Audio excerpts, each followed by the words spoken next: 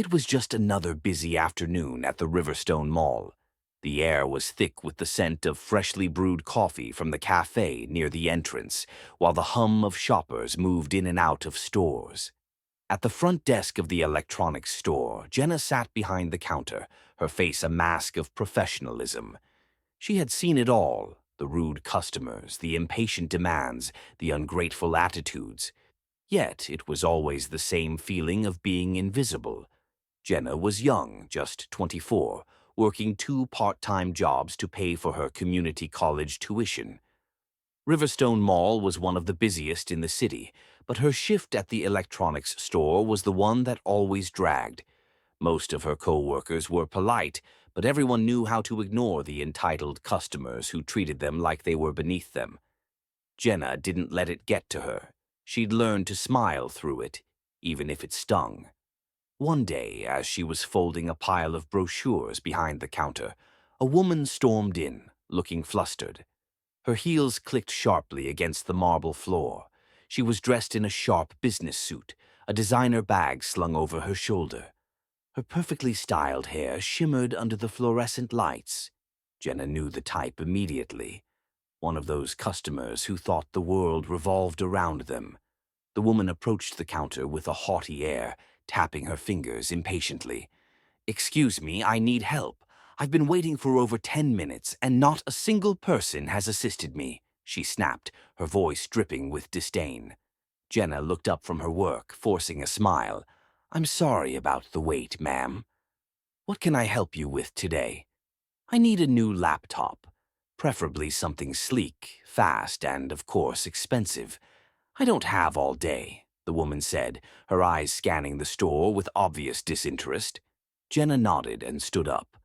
"Of course, we have a few great options for you. Let me show you—" Before Jenna could finish, the woman cut her off. "Are you seriously trying to sell me something right now?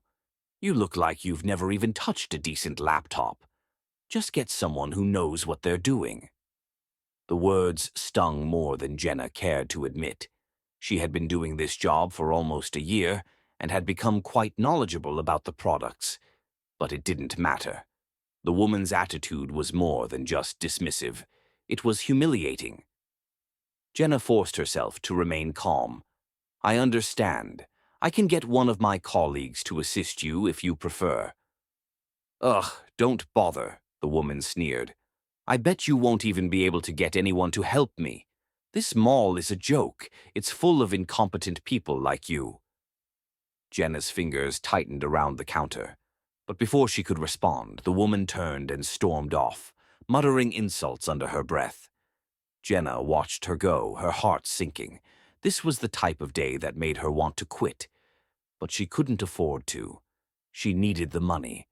Hours passed, and Jenna continued her shift, trying to ignore the sting of the rude encounter. As the evening drew to a close, the store manager, Mark, told everyone to start closing up. Jenna wiped down the counter and began to pack up her things when a sudden commotion near the mall's main entrance caught her attention. It was the woman from earlier, but now she was standing with a group of people, looking very different. She was smiling, shaking hands with a few men in suits, and laughing. Jenna squinted, trying to understand what was happening. The group was joined by a man who appeared to be in his late 50s, with graying hair and a stern expression. He looked important, and it became clear that this wasn't some casual conversation. They were discussing something seriously. Jenna's curiosity got the better of her. She stepped closer, trying not to be noticed, when she overheard one of the men mention, "I still can't believe you're planning to open a new wing here. You know Riverstone's been asking for an upgrade for years." The woman, still smiling, replied, "I'm excited to get started. The renovations will bring in so many new opportunities. Plus, I'll make sure this mall gets the attention it deserves." Jenna's heart skipped a beat. Was she talking about Riverstone Mall? And was this woman somehow involved? Before she could process the words, Mark, her manager, walked up to her. "Hey, Jenna, let me introduce you to someone." Jenna turned around to find the woman from earlier standing right behind her, with the same business suit, but now her demeanor was completely different, genuine, warm even. "This is Lisa Hartman," Mark said with a smile.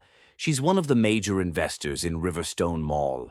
She's in charge of the new renovation project." Jenna's mouth went dry. "Wah, wait, you own the mall?" she stammered, still trying to wrap her mind around the situation. Lisa nodded, her expression softening.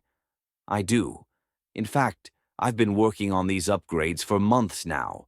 But after today, I think I need to have a little chat with some of the staff here about how we treat people." Jenna's face flushed crimson. The woman who had humiliated her earlier, the one who thought she was too incompetent to help, was the owner of the entire mall.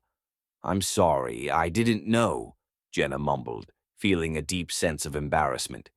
Lisa smiled kindly, her voice calm. "It's all right. But you know, the way you handled things today, it wasn't easy, but it showed me something. You didn't let me rattle you, and that's something I respect." Jenna's eyes widened. "Wait, what do you mean?" Lisa leaned in a little closer, lowering her voice. "I've been looking for people like you, people who have the right mindset and heart for what I'm trying to do with this mall. I've seen a lot of workers here, but you stood out." Jenna blinked, still in shock. "Are you offering me a job?" Lisa chuckled softly. "I'm offering you an opportunity. Once the renovations are done, I'd like you to be part of the new management team. How would you like to work directly with me?" Jenna's mouth fell open. This was more than she ever could have imagined. From the humiliation she had faced earlier to this sudden twist, it was almost too surreal to believe. Wow, I don't know what to say," Jenna stammered. Lisa smiled again. "You don't need to say anything right now. Just think about it. You've earned it." The story concludes with Jenna standing at the threshold of a new chapter in her life, a lesson in humility, respect, and the unpredictable nature of the world. Sometimes, the very people we look down on or dismiss turn out to be the ones who shape our futures in the most unexpected ways. Don't forget to subscribe Storytime with Harry for more interesting stories. Thank you for watching.